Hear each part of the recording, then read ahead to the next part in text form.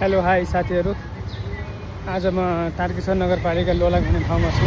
हुन त म यहीँ बस्ने गर्छु, तर म अब घरमा बस्दै गर्दा चाहिँ धेरै नै बोर फिल भएर म चाहिँ बाहिर निस्केँ। आज अब जति सकिन्छ त्यति हिँड्नु पर्यो भनेर म निस्केको हो।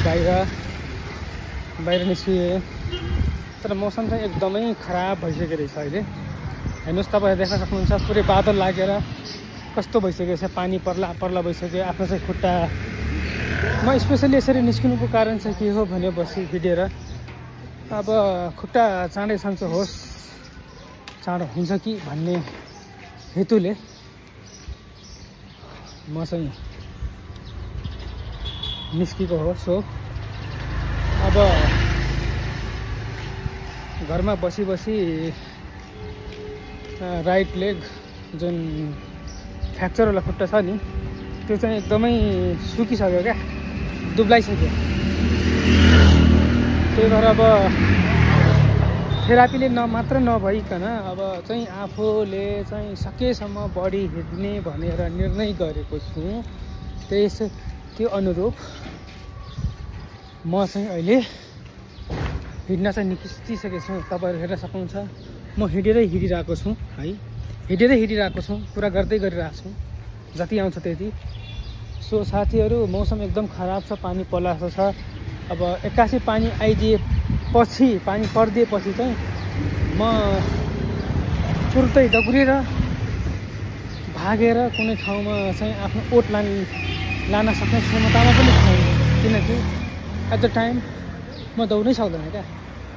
साँच्चीकै भन्नुपर्दा म दौड्नै सक्दैन, राम्रोसँग हिँड्न पनि सक्दैन ठुलो जोरले। त्यही भएर गाह्रो छ।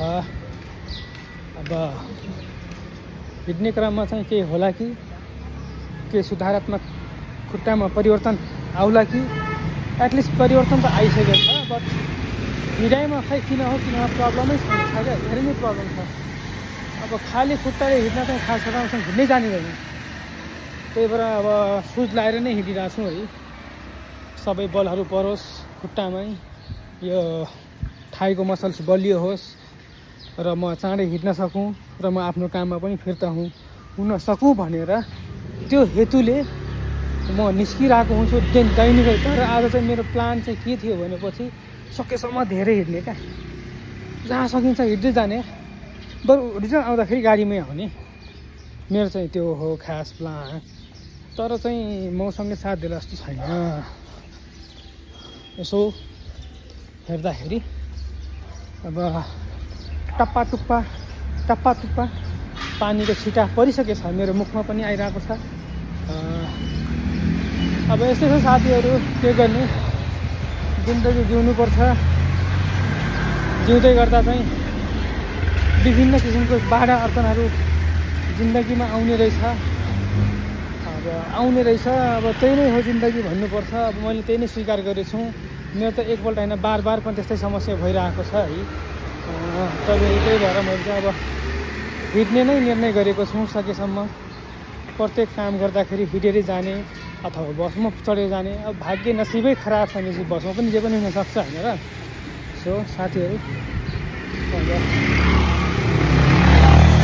म त जबरजस्ती हिँड्ने मान्छेले यस्तो कुरा गर्दैछु भनेपछि तपाईँहरू पनि आफ्नो जिन्दगीदेखि निराश नहुनु होला। समय आउँछ सबैको, हुन त भन्छन् समय पर्खिँदैन है, समय आएपछि पर्खिँदैन भन्छन्, फेरि पर्खेको फल मिठो हुन्छ। त्यो भनाइ कतिको सत्यता त्यो त अब भगवान्लाई थाहा होला। दुइटै कुराको फाइदा हुने रहेछ क्या। अब मभन्दा जानकार तपाईँहरू नै हुनुहुन्छ साथीहरू। अब यो भिडियो 4 मिनटको भइसकेको रहेछ। म भिडियो पनि यहीँ अब इन्ड गर्छु। म जय नेपाल चोक भन्ने ठाउँमा पुगिसकेको छु। एटलिस्ट 4 मिनटमा चाहिँ म आधा किलोमिटर हिँड्ने चाहिँ भइसकेको रहेछु। त्यो एबिलिटी मसँग आइसकेको रहेछ। ड्यु टु सम इस्युज सकेको छैन। अब खुट्टा फ्र्याक्चर हुँदै गर्दा खुट्टामा जुन बोन हुन्छ नि, हड्डी के, त्यो त पलाइसकेको छ, जोइन भइसकेको छ भन्छ डक्टर। तर त्यसको पावर चाहिँ धेरै राम्रो रहेनछ। So I am waiting that day.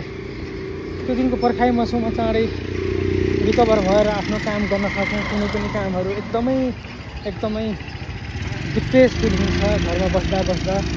तर आज पनि पानीले साथ देला जस्तो छैन है साथीहरू। Okay, thank you for watching my video. आज यति नै बनाएँ मैले भिडियो। तपाईँहरू सबैले लाइक गरिदिनु होला, सब्सक्राइब गरिदिनु होला है। यति भन्छु। हस्त, नमस्ते, बाई, जय नेपाल।